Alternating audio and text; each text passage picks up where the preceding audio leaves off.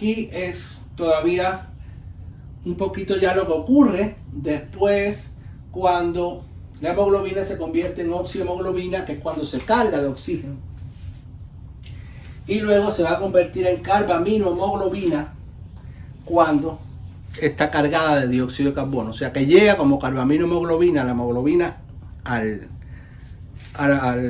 los capilares perialveolares y sale de ahí ya hacia el corazón como oxihemoglobina, porque se ha cargado. Cada grupo hemo transporta 4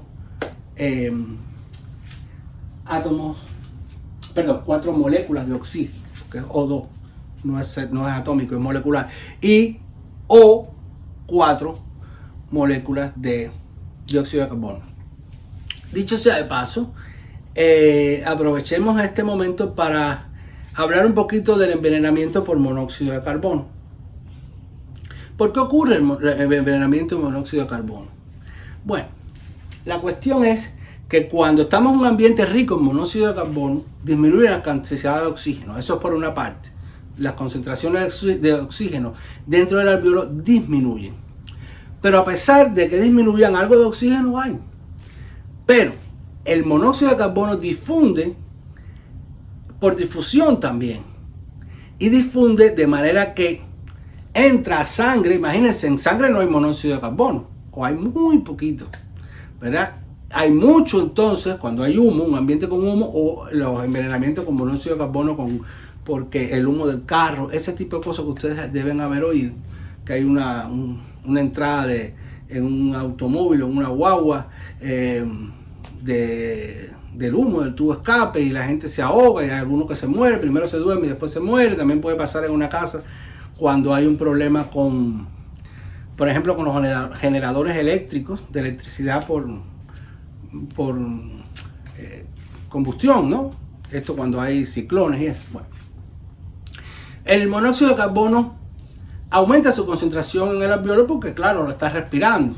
Entonces, difunde a sangre, pero después que está en sangre, el poco oxígeno que logró entrar no se une a la hemoglobina, porque químicamente el monóxido de carbono compite con el oxígeno y gana.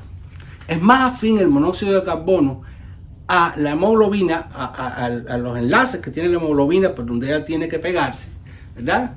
Que combinarse para ser transportado, que lo que es el oxígeno molecular en sí.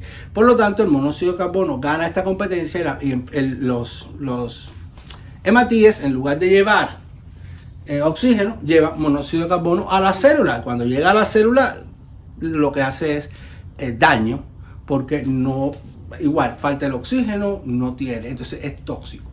Esa es la razón por la cual el envenenamiento por monóxido de carbono. Bueno, aquí vemos la mucosa. Ya vimos la membrana hace un momento y la mucosa. Mira, aquí en esta lámina quizás se vea mejor.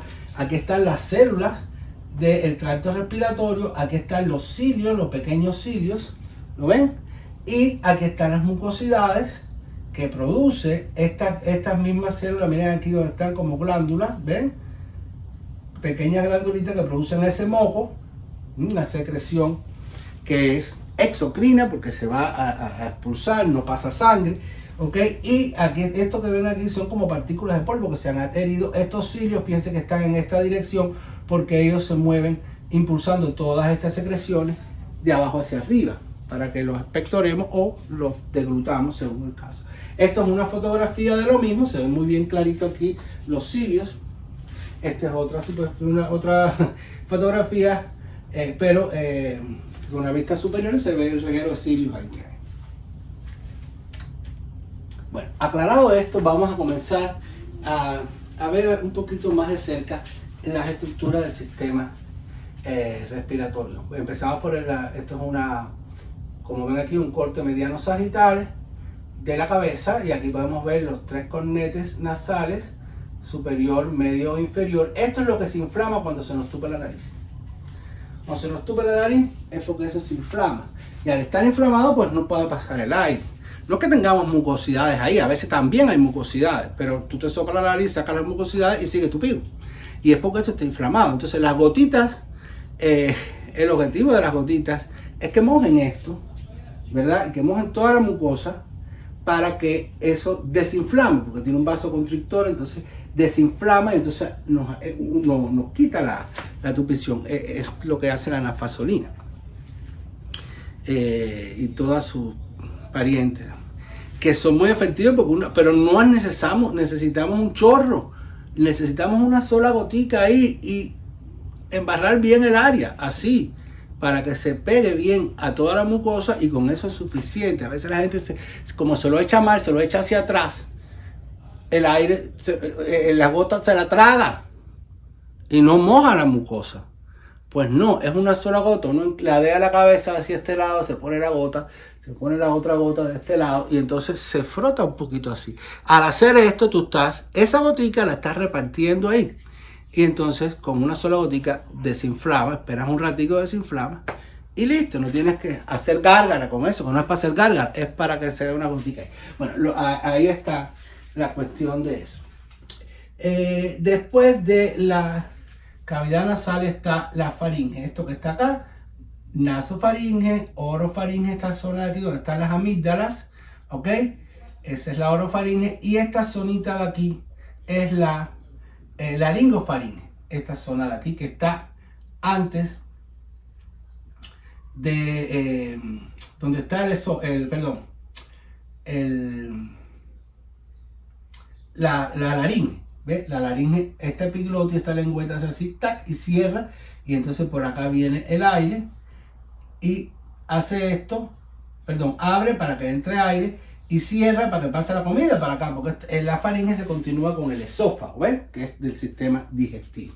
Por tanto, como dijimos, la faringe es un órgano común a los dos sistemas. Ok, dentro de la laringe, que es este tramo que hay acá, tenemos varias estructuras. Ahora la vamos a ver más de cerca. Vamos primero a tomar nota, si lo desean, sobre la faringe, órgano impar tubular, localizado a continuación de la cavidad nasal. Se divide en nasofaringe, orofaringe y laringofaringe, y es común de los dos sistemas, el respiratorio y el digestivo. Vamos a hablar ahora de la laringe. La laringe, veámosla primero.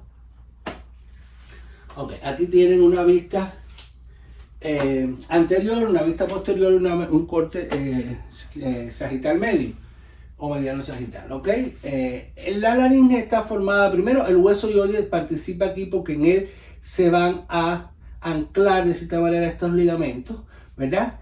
Que van a llegar hasta los cartílagos, ¿ves? Hay unos ligamentos ahí que unen esos cartílagos. Ahora, el hueso hioide es un pequeño huesito que tenemos aquí. Ven, cuando vemos la nuez de Adán, esta que se ve acá, arriba está el hueso hioide. Cuidado en tocarse eso mucho porque es delicado como quiera que sea y es muy importante. No nos deberíamos nunca dañar esa zona. Aquí tenemos los diferentes cartílagos. Básicamente está formado por varios cartílagos, algunos muy grandes, prominentes, que sí vamos a estudiar nosotros, vamos a aprendernos los nombres. Okay, este que hace la prominencia, que es el llamado cartílago tiroideo. Okay. Luego tenemos este que está debajo, que es el llamado cartílago cricoideo. Okay.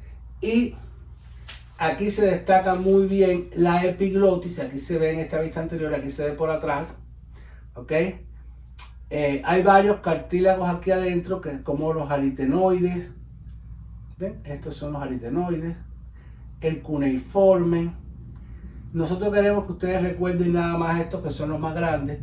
En esta vista anterior, el cartílago tiroide y el cartílago cricoide, que no sé por qué todo el mundo lo recuerda mucho.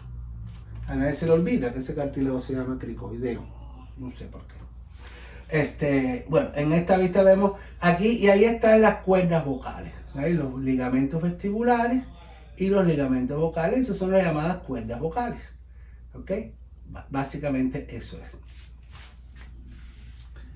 Ya. Eso es lo que forma parte. Aquí vemos en este corte, se pueden ver mejor todos los demás. La epiglotis. La epiglotis tiene gran importancia, no la podemos olvidar porque es la lengüeta esta que va a cerrar la glotis. La glotis es el orificio superior de la laringe.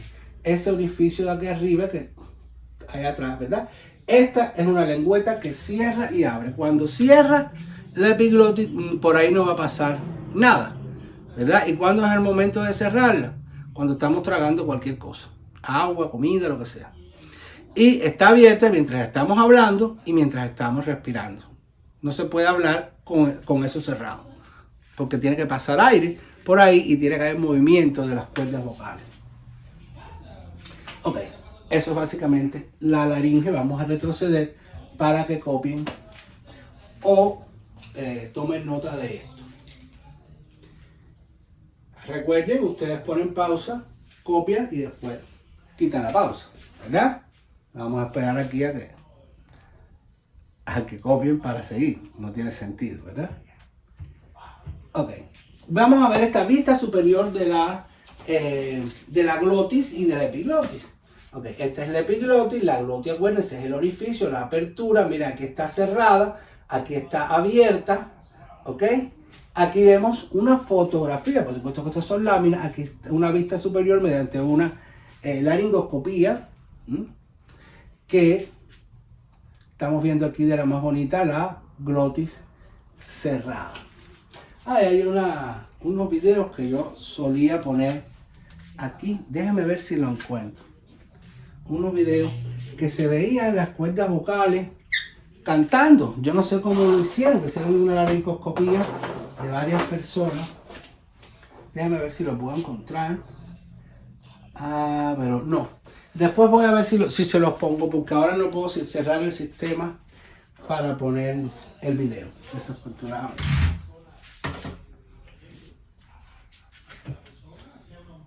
Ok, comencemos el estudio de la tráquea. La tráquea es un órgano tubular impar que se extiende desde el cartílago cricoideo de la laringe hasta la carina, que es el último anillo, ok, que divide la tráquea en los dos bronquios. Ok, está formada por cartílagos costales, cartílagos costales no. Está formada por cartílagos en forma de U o de herradura o de C, como ustedes quieran describirlo. Ok, son cartílagos, anillos que son incompletos y que detrás tienen, como ustedes pueden ver aquí, el esófago. La parte que no tiene cartílago es la que está en contacto con el esófago, para que cuando traguemos algo que sea un poquito más grande no se quede, sino que va pasando y va extendiendo, ¿verdad? Si aquí viene un contenido, esto se puede extender un poco hacia acá, pero aquí lo que hay es un músculo llamado músculo traqueal. Entonces permite cierta flexibilidad. Bueno, estos anillos sencillamente terminan en la carina. La carina es el último anillo que divide las tráqueas, en la tráquea en bronquios. Ahí vemos una fotografía. Aquí vemos el anillo, el interior o lumen de la tráquea. Aquí vemos el músculo traqueal. Aquí atrás está el esófago. Y como esto está en el cuello, aquí vemos la arteria carótida común, a veces confundida con la vena aorta, que no existe. Lo que existe son las carótidas. Ok. Y nada, los músculos que están delante aquí. Y aquí se ve también las tiroides. Las células estas, que son las células glandulares de la tiroides. Bien, ahí tienen un breve resumen.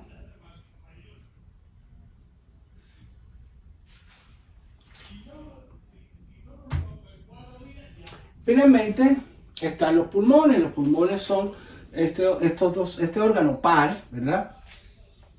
Que está en la cavidad torácica, que está envuelto en una pleura, una membrana llamada pleura, que realmente hay dos pleuras. Hay una pleura que está pegada directamente. Acuérdense que la pleura es una membrana cerosa, como un hilito que envuelve. O sea, hay dos. Una pleura que envuelve, que está directamente en contacto con el parénquima pulmonar, envolviendo el pulmón. Y hay otra que está en la pared torácica. que son dos pleuras. La pleura que está en contacto con el pulmón se llama pleura visceral, porque está en contacto con la víscera, pleura visceral. La que está en contacto con el tórax, la cavidad, con la pared torácica, perdón, es la pleura parietal, de pared. ¿Ok? Ahora, hay una gran diferencia entre ambos pulmones. Como ustedes pueden ver aquí, los pulmones se dividen en lóbulos. Pero fíjense que hay 3 lóbulos y aquí hay 2. Este es el pulmón derecho que tiene 3 lóbulos, superior, inferior y medio. Pero el pulmón izquierdo solamente tiene 2 lóbulos, superior e inferior, porque cede un poco de su espacio a el corazón, que está aquí, y tiene el ápice ligeramente inclinado hacia la izquierda. Entonces cede un poco de su espacio en esa cavidad. ¿Ok? Lóbulo derecho, pulmón derecho 3 lóbulos, pulmón izquierdo 2 lóbulos. Aquí vemos un corte del parénquima, donde se pueden ver en el parénquima los bronquios, las arterias pulmonares y las venas pulmonares. Arteria pulmonar y venas pulmonares. ¿Ok? Es lo que lo estamos cortando y lo estamos mirando por una vista medial, ¿no? Entonces aquí está viendo, miren cómo se ve de lo más bien el arco de la aorta, arteria aorta, ¿verdad? Y incluso las carótidas, las huellas de estas estructuras que están ahí mismo, ¿verdad? Esa es la superficie media de ambos pulmones. Bien, hay un breve resumen. Acuérdense que en el interior de los pulmones se encuentran los alvéolos pulmonares, ¿ok? Que los alvéolos es lo que ya vimos que es donde ocurre el intercambio de gases.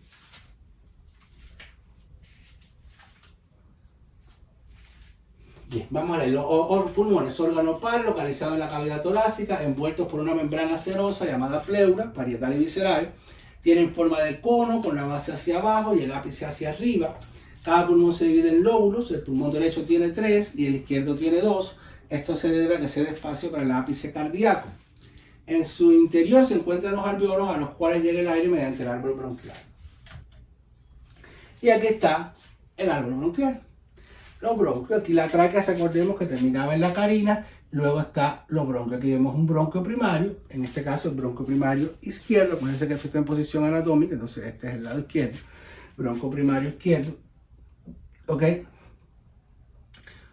Que finalmente va a ramificarse en los bronquios secundarios y cada bronquio secundario en bronquios terciarios. Después de los bronquios terciarios están los bronquiolos. Los bronquiolos se van ramificando, estamos cortando todo lo que está ahí para que vean nada más que uno, ¿no? Hasta llegar a los alvéolos, ¿ven? Los sacos alveolares. Los bronquiolos, el bronquiolo terminal, el bronquiolo respiratorio, cada vez va haciendo más fino, hasta que llega a los alvéolos pulmonares. Y aquí vemos el final de la historia, ¿no? Que es los bronquiolos respiratorios, que ya son los últimos que conducen directamente a los sacos alveolares. Miren aquí los alvéolos que bien se ve rodeados con los capilares perialveolares. Se ve aquí cortados los sacos alveolares de este grupo de alvéolos. ¿Ven? Para que vean cómo está distribuido. Las arteriolas que llegan aquí, una vena pulmonar. Acuérdense que a nivel de los pulmones los colores son al revés. Estamos acostumbrados a que las arterias son rojas y las venas son azules, representados en los esquemas, pero aquí es al revés, porque aquí el aire está, el tipo de sangre que está dentro de estos vasos sanguíneos es al revés. Por tanto, una vena va a ser roja, mientras que una arteria, ven, va a ser azul, porque lleva sangre contraria. Las arterias aquí llevan sangre venosa y las venas sangre arterial. Las arterias llevan sangre con poco oxígeno, ¿verdad? Porque esa es la sangre que va entrando a los pulmones, pero que viene de la circulación mayor. Y al revés, la que va saliendo va a irse por venas, porque las venas son vasos de salida, pero se representan en rojo porque llevan sangre oxigenada, ¿ok? Por eso lo ven eso cambiado de color a lo que uno espera. ¿Ven? Miren lo bien capilarizado que está todo. Está muy bien representado en ese esquema. Y por supuesto que llegamos al mismo punto, a la mucosa respiratoria. Miren aquí como se ve, aquí se ve cómo está pasando, ¿no?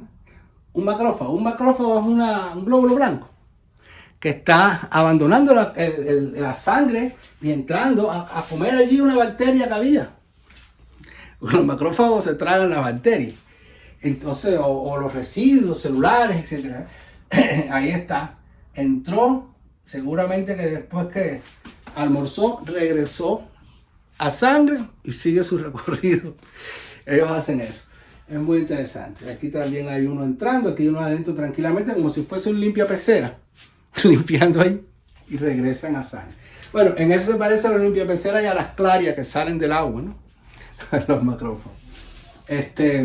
Bueno, aquí vemos la membrana respiratoria completa, las tres paredes, miren el endotelio vascular, lo que hay entre ellos, que es la lámina basal, y el epitelio alveolar. Todo lo que tiene que atravesar el oxígeno y el CO2 para intercambiarse. Bien, esto es para que vean un momento la diferencia que hay cuando inhalamos, que es cuando tomamos el aire, el diafragma desciende. ¿Ven? Mira la dirección de la flecha. Y se expanden los pulmones. Cuando expiramos, el diafragma sube, se relaja, y entonces, al relajarse, tiende a subir y se contraen los pulmones y expulsamos el aire. Y aquí los volúmenes respiratorios, que esto es lo que le llaman los volúmenes que vamos a medir. No vamos a meternos en esto es bastante complicado y no es el objetivo de nuestro curso, pero son lo que le llaman las espirometrías, que es cuando se hacen las pruebas respiratorias funcionales soplando en un tubo y en una especie de boquilla, que la máquina entonces te va haciendo estos gráficos donde sale la capacidad respiratoria que uno tiene, el volumen residual, en fin, no nos interesa adentrar.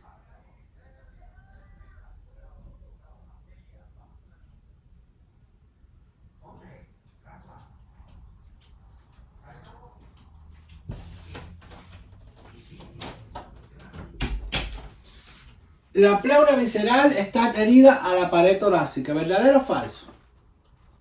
Falso, ¿por qué?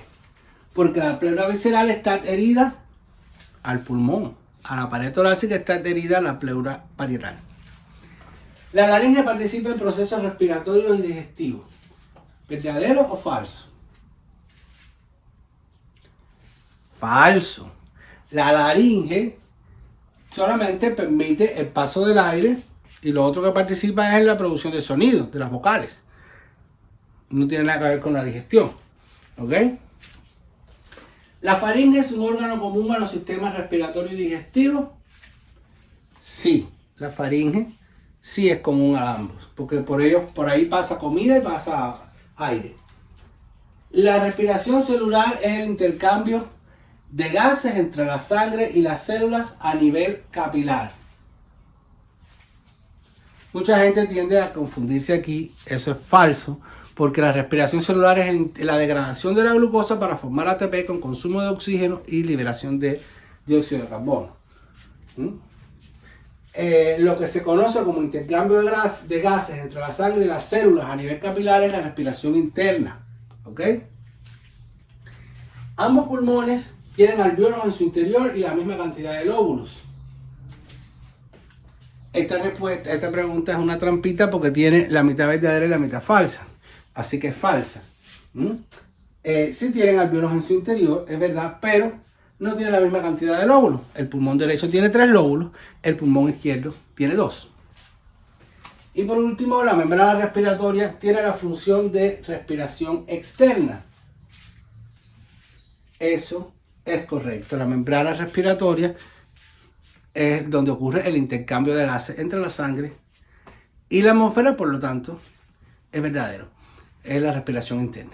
Bueno, con esto terminamos la clase de hoy. Resumiendo, muy resumiendo, nosotros respiramos porque necesitamos oxígeno y necesitamos liberar el dióxido de carbono. La función primaria del aparato respiratorio es distribuir el aire y prepararlo y distribuirlo para que ocurra el intercambio de gases. Está formado por un tracto respiratorio superior y uno inferior. El superior es cavidad nasal, faringe y laringe, y el inferior, tráquea, bronquios, pulmones. El aire se prepara en la mucosa respiratoria, se prepara y se intercambia en la membrana respiratoria, ¿ya? Y en el intercambio de gases ocurre debido a procesos de transporte pasivo a través de la membrana conocidos como difusión simple. Tanto el oxígeno como el CO2 se van a mover a favor del gradiente de concentración, de donde hay más a donde hay menos y sin gasto de ATP, sin gasto de energía.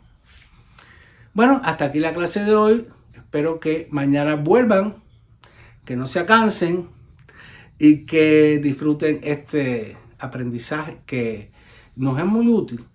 Nos es muy útil conocer bien nuestro cuerpo, sobre todo cuando vamos a trabajar para mejorarlo, cuidarlo